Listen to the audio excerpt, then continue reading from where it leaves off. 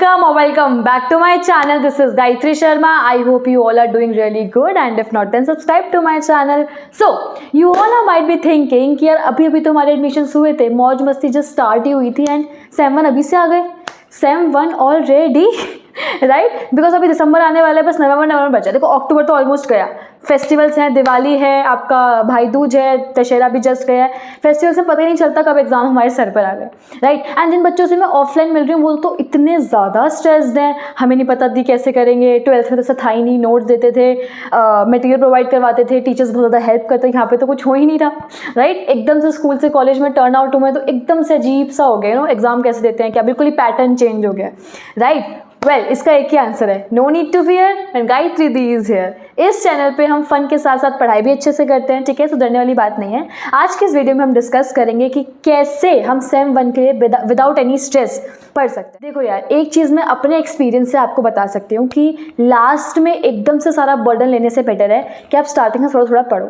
Delhi university में पढ़ाई नहीं होती है, मस्ती होती है, ऐसे बच्चे वालों की तरह घूमते रहते हैं, ये सब एक मिथ है जो आप सबको पता चल गया होगा, राइट? पढ़ाई होती है, बहुत स्ट्रिक्टली होती है, मार्क्स की बहुत वैल्यू होती है, अटेंडेंस की बहुत वैल्यू होती है, ठीक है? देखो यार, मैं आपको बताती हूँ, कॉलेज में 3 टाइप के बच्चे होते हैं, ठीक है? There are 3 types of students in Delhi university, basically Delhi university.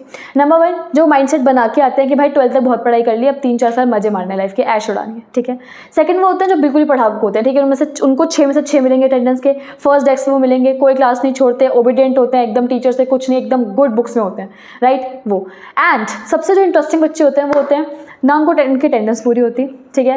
मतलब मिल जाते हैं, 1-2 नंबर मिल जाते हैं अटेंडेंस के, 6 में से 6 कभी नहीं ले पाते, बट जब एग्जाम्स आते हैं तो उनकी CGPA आ रही होती है 8.5 से ऊपर, ठीक है?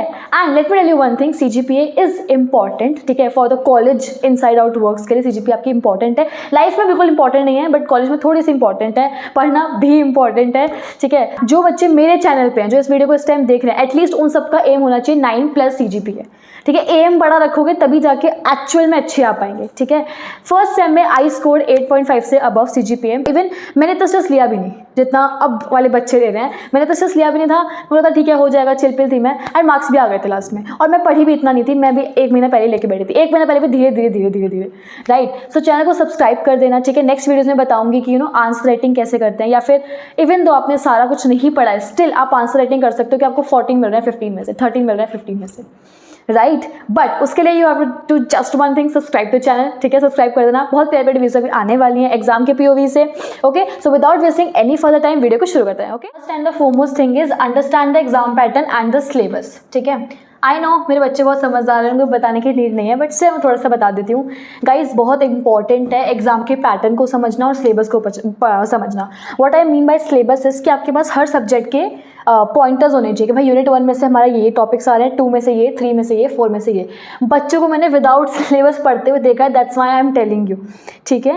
एंड एग्जाम पैटर्न आपको पता होनी चाहिए कितने मार्क्स से कितने क्वेश्चंस आएंगे, ठीक है? तो उस हिसाब से हम लोग अपनी आगे स्ट्रैटेजी बनाएंगे, ओके? तो first and the foremost thing आपको यही करनी है कि एग्जाम पैटर्न समझना है और सिलेबस ध्यान से देखना है कि आ क्या रहा है, कुछ ओमिटेड तो नहीं है, राइट? या कुछ अनइम्पॉर्टेंट है तो उसे छोड़ सकते हैं, नहीं छोड़ सकते, राइट? ओके, देन हमारा आता है PYQ। अब आप लोग में से बहुत लोग सोच रहे होंगे कि यार मैंने सेकंड पॉइंट पे क्यों PYQ को लिखा है, ये तो लाइक लास्ट में आने वाला पॉइंट है, पहले सब कवर कर लो उसके बाद PYQ उठाते हैं, right? But no, PYQ is the, जिसे बोलते हैं ना, एकदम एक इतना ज़्यादा इंपॉर्टेंट एक्सपेक्ट है, इसको आप छोड़ नहीं सकते। मैं आपको बहुत ही इंपॉर्टेंट यहाँ पे सीक्रेट बताने वाली हूँ जो मोस्टली लोग नहीं बताएंगे, ठीक है? मैं गारंटी देती हूँ जो आपका एग्जाम आएगा उसमें से PYQ के क्वेश्चंस आएंगे 90%। 100% में लिख नहीं रही, क्या पता एक आध क्वेश्चन उल्टा पुल्टा हो जाए, बट 90% PYQ आने वाला है। फिलॉसफी में, साइकोलॉजी में, पॉलिटिकल साइंस में, सोशियोलॉजी में, इन सब्जेक्ट्स में तो मैं लिख के देती हूँ भाई यही आएंगे। और फिलॉसफी को तो मैं बता रही हूँ भाई, इवन लॉजिक में भी ना, सेम 1 स्टूडेंट्स लॉजिक में भी हमारा एग्जाम हुआ था उसमें डिट्टो क्वेश्चन आया था, कैन यू बिलीव? लॉजिक में। तो जो थ्योरेटिकल है उसमें तो आएंगे ही आएंगे। देखो होता क्या है ना, हर साल यूनिवर्सिटी की तरफ से पेपर आता है, वो कष्ट नहीं करेगी अलग क्वेश्चन बनाने का। सो PYQ नहीं पढ़ के गए तो बहुत गलती बड़ी करने वाले हो। सो PYQ को तो डे 1 से आई एम टेलिंग यू यार, देखो डे 1 से, सॉरी लेफ्ट हैंड से लिख रहा हूँ तो अजीब सी राइटिंग हो रही है, डे 1 से लेके बैठना आप अपने संग को, अपने PYQs को, ठीक है? जो क्वेश्चन उसमें है वो तो प्रिपेयर करना ही करना है, ठीक है? सो बेसिकली बच्चे क्या करते हैं कि जैसे फॉर एग्जाम्पल देखो यूनिट 1 है, ठीक है? यूनिट 1 में से आपके 2 इंपॉर्टेंट क्वेश्चंस में चॉइस आई, उन दोनों को प्रिपेयर करके जाते हैं। मैं बताऊँ उनमें से एक प्रिपेयर कर जाओ, ऑप्शंस आएंगे। ठीक है, I am telling you, university कष्ट नहीं उठाएगी दोबारा क्वेश्चंस बनाने का। PYQ डाल दिया है, क्वेश्चन नंबर भी चेंज नहीं होते भाई, ये हाल है। ठीक है, सो PYQ को तो गांठ बांध लो, करके जाना है, डे 1 से अपने साथ रखना है वाइल प्रिपेयरिंग।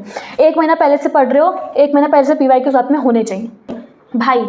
आंसर राइटिंग देखो यार, मैं बार बार बता रही हूँ, 12th 11th और कॉलेज के जो एग्जाम्स होते हैं उनमें ज़मीन आसमान का फ़र्क है। ठीक है, यहाँ पे आंसर राइटिंग का बहुत मतलब है। दैट्स वाई मैंने स्टार्टिंग में था, चैनल को सब्सक्राइब कर देना। मैं बताऊँगी, ज़्यादा नहीं भी पढ़ा फिर भी आंसर ऐसे लिख के आना, ठीक है, कि 15 में से आपको 14 मिल रहा है या 10 में से आपको 8 तो मिल ही रहे हैं minimum, I am telling you. ठीक है, सो आंसर राइटिंग यहाँ पे बहुत इंपॉर्टेंट रोल प्ले करता है। So if you guys are thinking कि हम तो 2 दिन पहले पढ़ लेंगे, 3 दिन पहले पढ़ लेंगे, नहीं हो पाएगा। बर्डन पड़ जाएगा, प्रेशराइज हो जाओगे, गलती कर दोगे। आंसर राइटिंग की प्रैक्टिस चाहिए और वो 1 महीने पहले से ही स्टार्ट होनी चाहिए। Okay, so answer writing is very important. सीख के जाना, आंसर को लिखते कैसे हैं, एक पैटर्न होता है, इंट्रो में क्या लिखते हैं, कंक्लूजन में क्या लिखते हैं, डायग्राम्स, फ्लो डायग्राम्स कैसे बनते हैं कि ज़्यादा मार्क्स मिले। ठीक है, कितने पेजेस लिखने होते हैं, बच्चों को बहुत कन्फ्यूजन है, right. So answer writing is very important. Then prioritise important topics. Now see, कुछ बच्चे होते हैं भाई पूरी बुक पढ़ के जाएंगे, हम तो वो अपर लेयर वाले बच्चे हैं, बेवकूफ़ी मत करना। बाहर से कुछ नहीं आता। Again I am saying PYQ। ठीक है, सो इंपॉर्टेंट टॉपिक्स ही करना। ओके, फिलॉसफी के एंड साइकोलॉजी के आई विल टेल यू। ठीक है, फिलॉसफी के गाइज मैं बता रही हूँ, मैं खुद बता दूंगी इंपॉर्टेंट क्या है क्या नहीं आएगा, मैं खुद के आंसर्स भी शेयर कर दूंगी। So don't worry about the exams. Philosophy वाले तो बिल्कुल भी टेंशन मत लो, I am here, don't worry. And psychology वाले मत लो यार, इतना कुछ आता है नहीं। साइकोलॉजी में इसके पास GC है, उसमें आई विल हेल्प। ओके, और बाकी भी यार मेरे दोस्त भी हैं, तो उनसे ले लेके मैं मटेरियल प्रोवाइड करूँगी, टेंशन वाली बात नहीं है, बस सब्सक्राइब कर देना चैनल को। Okay, then notes and YouTube. 99% बच्चे पूछते हैं मटेरियल कहाँ से लें, बाइंडर्स में से, बुक्स में से, नोट्स में से। क्या नोट्स, देखो सीरियसली बताऊँ, मैंने अपने टाइम पे नोट्स बनाए थे नहीं। ठीक है, मैं जो पढ़ी थी मैं यूट्यूब से पढ़ी थी, लिंक शेयर कर दूंगी मैं कहाँ से पढ़ना है। ठीक है, और अपने सब्जेक्ट के लिए प्रेफर यूट्यूब। टीचर से पूछना, वो बता देंगे चैनल कि कौन कौन से देखने हैं, खुद बता रहे होते हैं टीचर्स भाई। ठीक है, at last as I always say, stay chill यार। बस देखो एक काम करना, लास्ट में मत छोड़ना कि 2 दिन में पढ़ लेंगे। सेम 3 सेम 4 तक आओगे, 2 दिन पे छोड़ देना। सेम 1 है, अच्छे से करना, वरना एक प्रेशर आ जाएगा कि यार नंबर नहीं आते कॉलेज में। एम रखो 9+ CGPA का, आ सकती है, आई एम टेलिंग यू, आ सकती है। सो डोंट वरी, चाहे थ्योरेटिकल पेपर हो, चाहे आपका कैसा भी पेपर हो, 9+ CGPA आ सकती है।